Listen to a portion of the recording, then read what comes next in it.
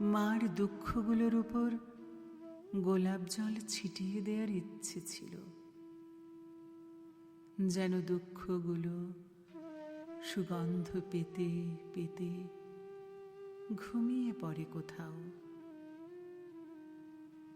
ঘুমটি ঘরের বারান্দায়, কুয়োর পাড়ে কিংবা করইতলায়। সন্ধেবেলায় আলতো করে তুলে বাড়ির ছাদে রেখে এলে দুঃখগুলো দুঃখ ভুলে চাঁদের সঙ্গে খেলতো হয়তো বুড়ি ছোঁয়া খেলা।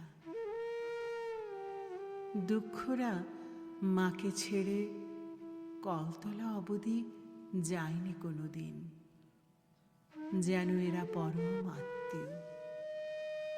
খানিকটা আড়াল হলে বিষম একা পড়ে যাবেন মা, কাদায় পিছলে পড়বেন, বাঘে ভালুকে খাবে। দুষ্ট জেনেরা গাছের মগডালে বসিয়ে রাখবে মাকে। দুঃখগুলো মার সঙ্গে নিভৃতে কিসব কথা বলতো, কে জানে কিসব কথা। মাকে দুঃখের হাতে সঁপে বাড়ির মানুষগুলো অসম্ভব স্বস্তি পেত। দুঃখগুলোকে পিড়ে দিত বসতে, লেবুর শরবত দিত, বাটায় পান দিত। দুঃখগুলোর আঙুলের ডগায় চুন লেগে থাকত। ওভাবেই পাতা বিছানায় দুঃখগুলো দুপুরের দিকে গড়িয়ে নিয়ে বিকেলে আবার আড়মোড়া ভেঙে ওজোর পানি চাইত। জায়নামাজও বিছিয়ে দেয়া হতো ঘরের মধ্যেখানে। দুঃখগুলো মার কাছ থেকে এক সুতো নড়েনি কোনোদিন।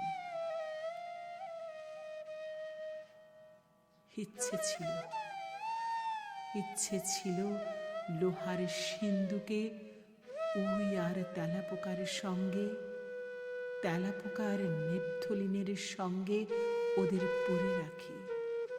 ইচ্ছে ছিল বেড়াতে নিয়ে গিয়ে ব্রহ্মপুত্রের জলে, কেউ জানবে না, ভাসিয়ে দেব একদিন কচুরিপনার মতো, খড়কুটোর মতো, মরা সাপের মতো ভাসতে ভাসতে দুঃখরা চলে যাবে কুচবিহারের দিকে। ইচ্ছে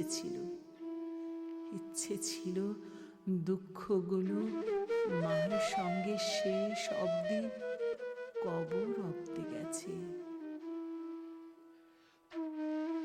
তুলে নিয়ে কোথাও পুঁতে রাখবো, অথবা ছেঁড়া পুঁতির মালার মতো ছুড়ব রেল লাইনে, বাঁশ ঝাড়ে, পচা পুকুরে।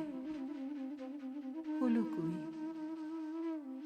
মা ঘুমিয়ে আছেন। মার সিথানের কাছে মার দুঃখগুলো আছে। নিশুত রাতেও জেগে আছে একা একা।